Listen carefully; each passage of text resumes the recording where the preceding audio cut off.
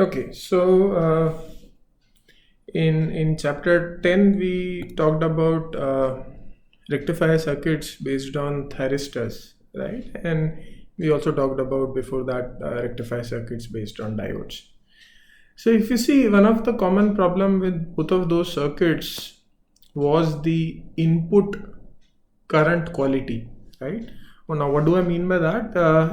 For instance, if I draw the let's say a diode rectifier, right, a full bridge single phase rectifier circuits which has a load which draws a continuous current, DC current I naught. In that case, if you see the input current, right, input current was a square wave. Now, because of the square wave current, we understand that there is going to be a total harmonic distortion in the current. Why? Because this not only has the fundamental fundamental component, but it also has harmonic components, like let's say third harmonic, fifth harmonic. So it has a non-zero value of total harmonic distortion.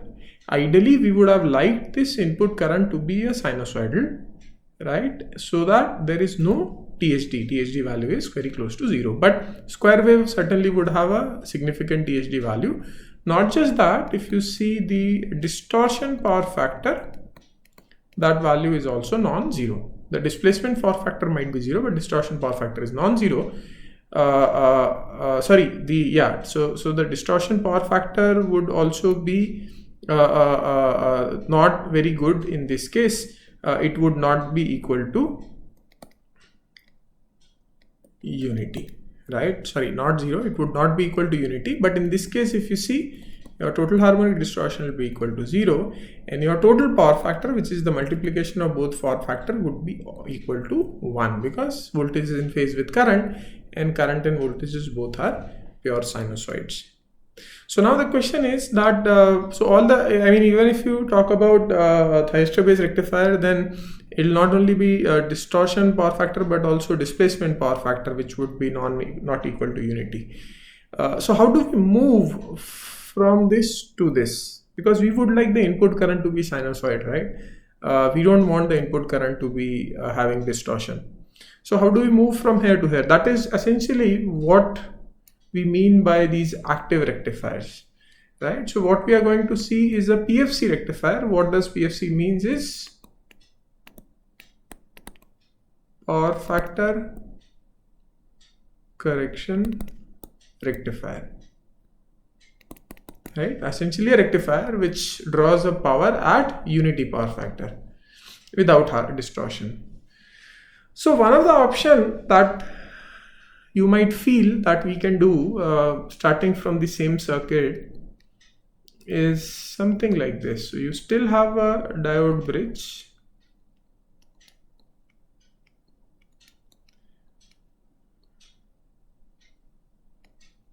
but let's say you have a load, unlike the previous load which was a constant DC current. Now you have a load whose current is something like this, right? And it is synchronized with the input voltage Vin. It is synchronized with the input voltage, and the current of the load is a rectified sinusoidal waveform. Now, if this happens, then you see half our problem is solved, because if this is the load current and this is the input voltage, then if we try to draw the input current, then in the positive cycle input current will be equal to the load current, and the negative cycle input current would be equal to the minus times load current, and therefore the input current will become sinusoid, and therefore we will achieve very low total harmonic distortion, power factor close to unity. So the only difference that we need to make is, instead of having a load which is a constant current load, we need to move to a load which has a rectified sinusoidal kind of load, and then this diode bridge would do kind of an unfolding of that rectified current and would give you a nice sinusoidal current at the input. So how do we now achieve this rectified sinusoid current at the input? So let's see, let's try one of the circuits and let's see if that circuit can actually give us this kind of now actual loads, you know, obviously, I mean, if you pick actual loads, they may not necessarily draw this kind of current. Moreover, there may be different types of load. For example, if it's a resistive load, it sounds fine, right? But if it is a non-resistive load, if it's an inductive load, RL load, or a combination of RLC or EMF and so on, they may not necessarily draw this kind of current. So therefore, what we'll do is we'll have a circuit introduced in between and see if that circuit can help us achieve this kind of load. So let me start drawing the active PFC circuit.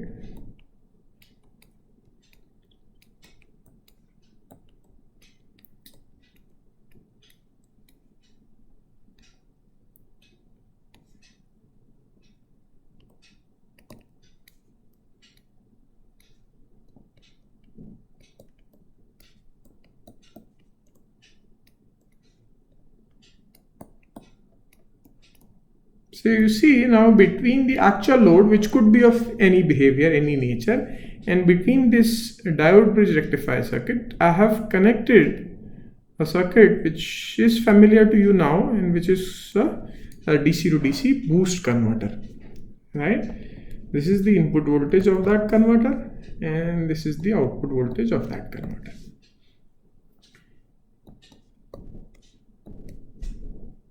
So what is the aim here? The aim is that we would use this switch S somehow such that the current flowing through the inductor IL, we want to have something like rectified sinusoidal waveform, right? If we can manipulate the duration, the duty cycle of the switch, or whichever way by controlling the switch, if we can achieve the inductor current as rectified sinusoidal, then our problem is solved, right? Then we would achieve unity power factor. Let us see if it is possible. Is it possible to do that? Let's start with a simple scenario wherein let us consider discontinuous conduction mode, right? And a fixed duty cycle of the switch. Use small d because duty of the switch. So what happens in this case? The input voltage is VI. VI is something like this. It's a rectified sinusoid, right? Let me pick a small, now this is obviously rectified sinusoid, and if you see what is the frequency, it's either 50 Hertz or 60 Hertz. So that means the rectified sinusoidal would be of the frequency either 100 Hertz or 120 Hertz, right? So this would be either 1 upon 100 or it would be 1 upon 120, right? So the frequency is 100 or 120 Hertz. The switch, let's say we are switching very fast, if the order of maybe tens of kilohertz or even higher. So therefore within a switching cycle, the input voltage does not vary much, right? So what we can do is we can see when S is on, the circuit would be something like this, right? And when S is off, the circuit is like this, right? Where this is the input voltage VI. Let's say VIN is the AC input and the voltage here is just VI. So from here we can write the let's assume discontinuous conduction mode. So we can write the equation for the current, which is IL. So we can say VI is equal to L DIL by dt during this period, right? If I can take it there, and if I integrate, right, assuming discontinuous conduction mode, now within this small cycle, let me zoom it. So this is your input voltage. You would see because it's so small, you would see input voltage to be almost constant, right? Input voltage is almost constant during this period, and you are talking about this small period going from 0 to dTs to Ts, right? So 0 to TTS, current is increasing. Why? Because discontinuous conduction mode, current was 0. So this is IL. And then the current decreases and becomes 0 before it reaches TS period, right? And if you remember this time in buck boost converter, we represent it as a tau, this duration, right? So here, starting with looking at this waveform, we can put the limits. So we can go from 0 to DTS, and we can go inductor current 0 to peak value IP, right? Now in this period, we can assume the input voltage is almost constant. Therefore, we can write it as Vm sine of theta, right? Into DTS is equal to L times IP. What does this mean? Let us just rearrange. So IP is nothing but DTS Vm by L into sine of theta. So we have got an expression for this current IP. Now IP is different for every switching cycle as theta changes, as we move from this switching cycle to the next switching cycle and to the next switching cycle. The value of theta is changing, and so does the value of IP. But one thing you should understand is IP is sinusoid in nature. That means the peak value is changing sinusoidally. In other words, if this is your input voltage, right,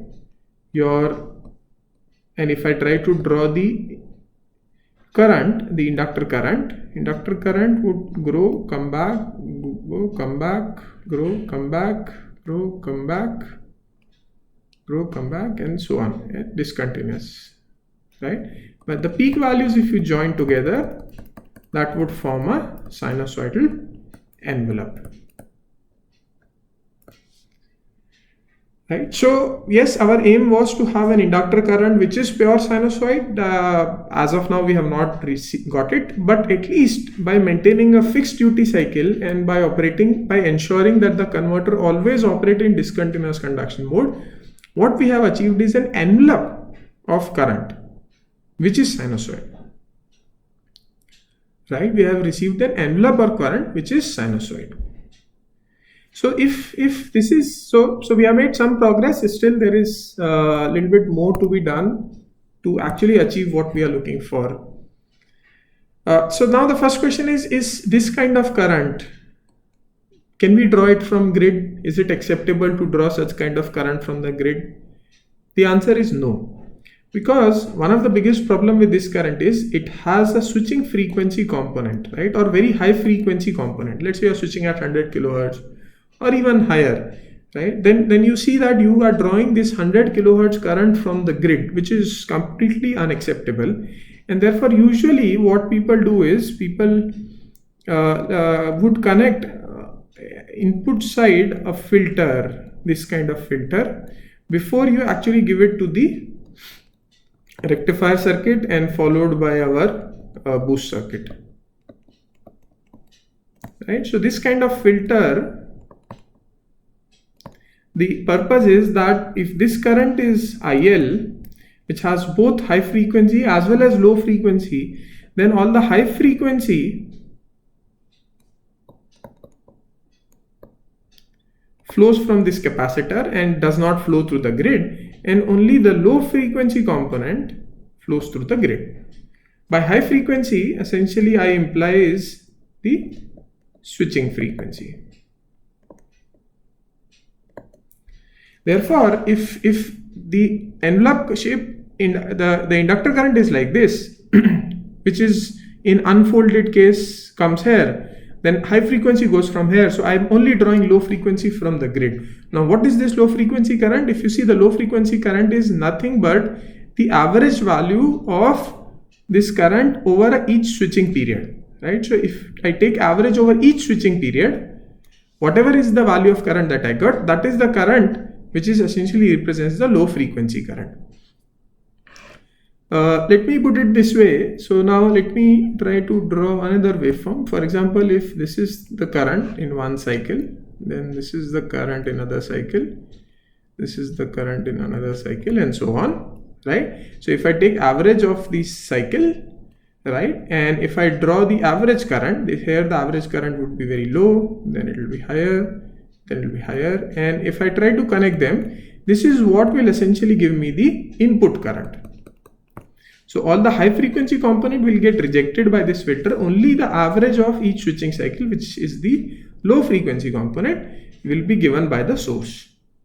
If you see what is the average over one cycle, the average, the input current, right, which is nothing but the inductor current average over a switching cycle Ts, is nothing but half into base d plus tau into Ts into I peak upon Ts.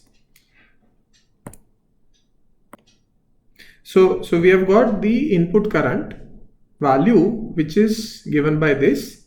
Now, as we understand, if I further rewrite this expression, this is half d plus tau into Ip. Now, Ip itself is a sinusoid, right? If you see, tau is not constant. Why? Because the output voltage is constant, then peak value is different, and therefore the time it would take for the current to decay from peak to zero is going to be different.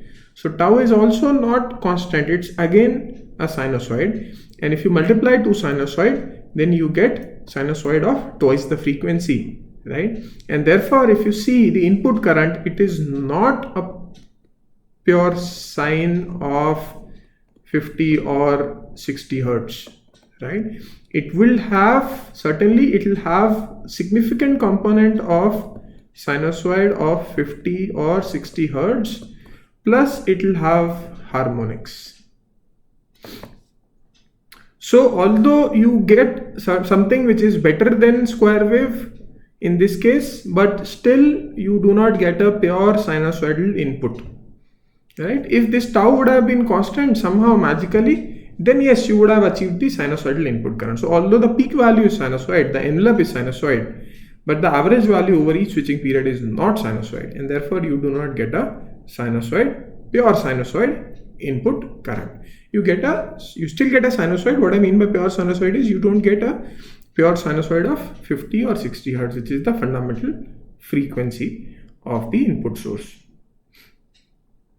Alright, now, okay, so we are making progress slowly, right? We started with obviously a square wave, then we connected a boost converter. We could achieve a current which was looking like a sinusoidal, pure sinusoid, and then which also had a high frequency. We connected an input LC filter to remove that high frequency. We got a waveform which was pretty close now to a sinusoid of pure sinusoid of 50 hertz, still has a low frequency component. What can I do? There are two steps to be taken further in different directions. One of the direction is, which I would not do, but I want you guys to think about, is that what if you replace boost converter by some other DC to DC converter and still operate with a fixed value of duty cycle, right, and operate in discontinuous conduction mode, and see if some other converter can probably ensure a sinusoidal average value of input current. Right? We have talked about a lot of DC-DC converter, talked about Chuk, Sepik, we have talked about buck converter, we have talked about buck boost converter. So you see, you get talked about flyback converter, we have talked about forward converter, we have talked about push-pull converter. So there's a whole lot of converters we have talked about. Just see, can you use some other converter, and that might give you precisely what you're looking for. This is one possibility or one direction, which I want you guys to explore. The other direction is that we will continue to use a boost converter, but we would now, instead of operating in DCM, we would now move to continuous conduction mode. Let us see how it works. So you have an input source, you have a diode bridge rectifier, and this is your boost converter.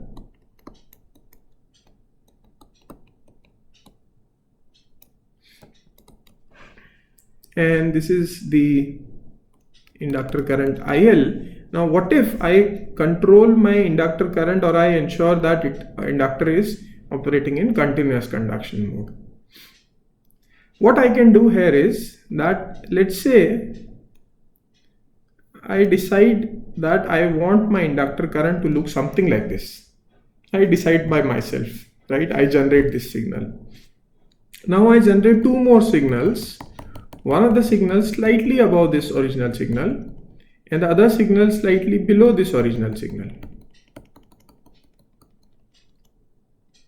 right? And now if you see, this is what you have in a way created is kind of a hysteresis, right? This is a hysteresis. How does it work? Let's say my inductor current, actual inductor current. Now this was all hypothetical things that we have drawn. Let me draw the actual inductor current. Actual inductor current is 0. Let me turn on the switch S. The inductor current will rise. Once it hits the top value, I turn off switch S. Inductor current will fall. Then again it will rise. Then again it will fall. Rise, fall, rise, fall, rise, fall, and you see, I am able to almost closely track this input, track the reference current, right? This kind of thing is called as hysteresis current control. So whenever you hit the top current, top layer, you turn on switch, you turn off the switch. And whenever you hit the bottom layer, you turn on the switch. So therefore your current becomes very close to this average value, and we call this as hysteresis current control.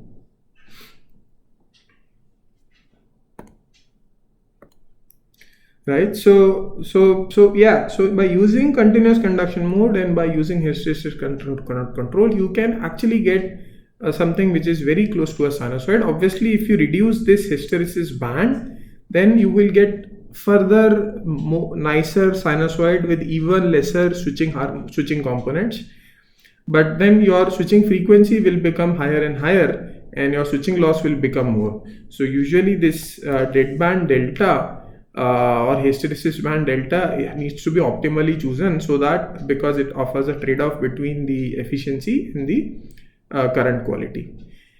What we have done before, for example, even if you end up choosing a little bit higher delta, you can still add an input LC filter, which will allow only low frequency current to come from the source. So that is also one of the things that is still can be used in continuous conduction mode also to improve the input current wave shape.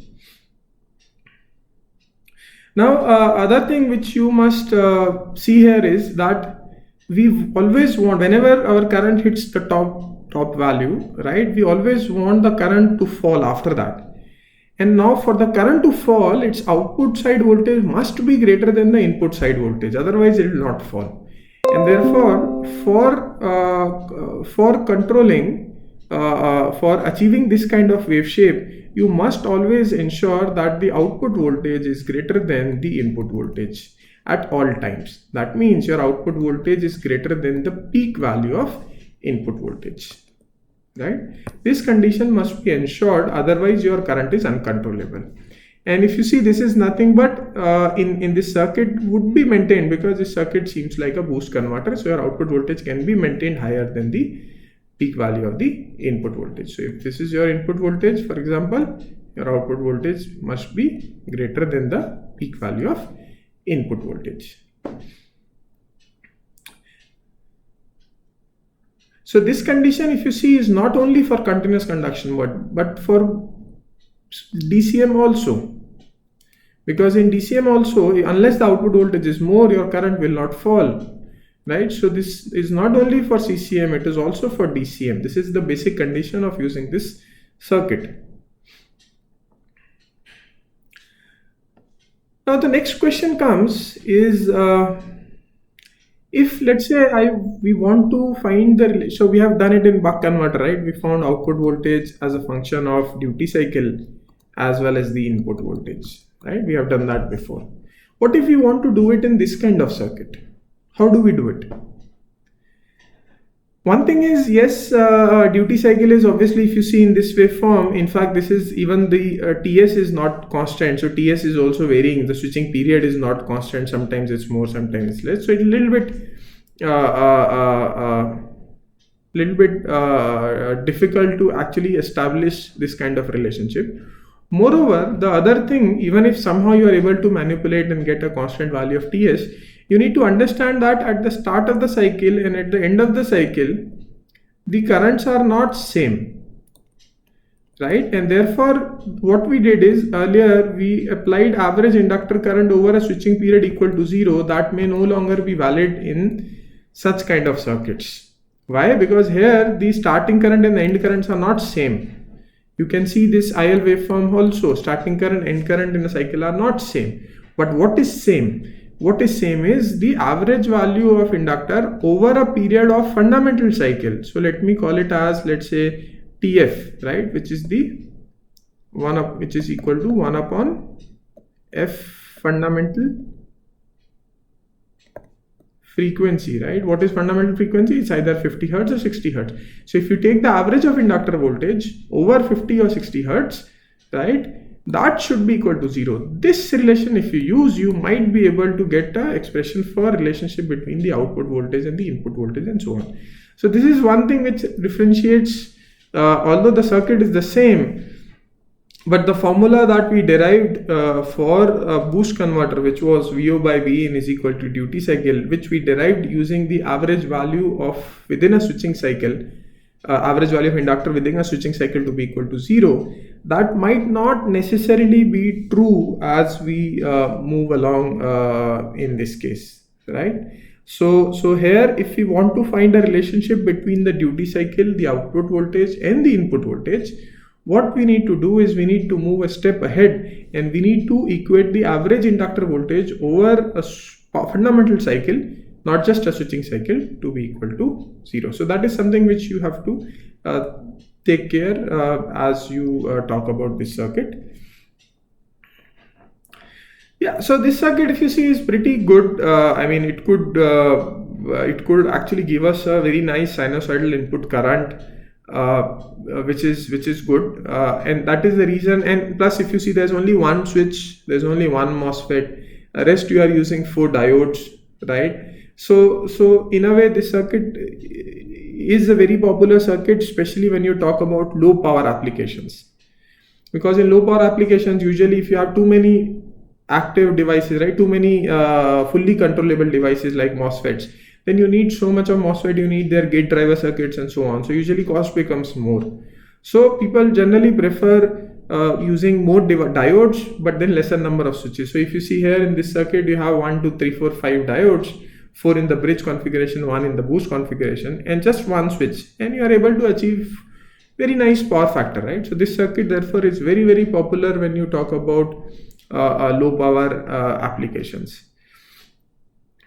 Next, what we'll do is after this we would see, although there is one limitation here. The limitation is, if you see, at any point there are 3 diodes or 3 devices which are conducting, 2 in the bridge and 1 out of switch or diode, right?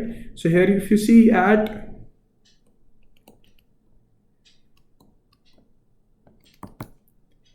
three devices conducting, which implies you have more conduction loss, and therefore generally we do not use it as for high power applications. We generally do not use it for high power application, therefore not popular for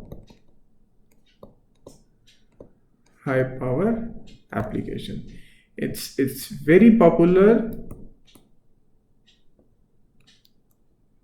for low power circuits or rectifiers where you need unity power factor input current. So now let's move ahead and let's see some of the other circuits which are more popular in high power applications in subsequent videos.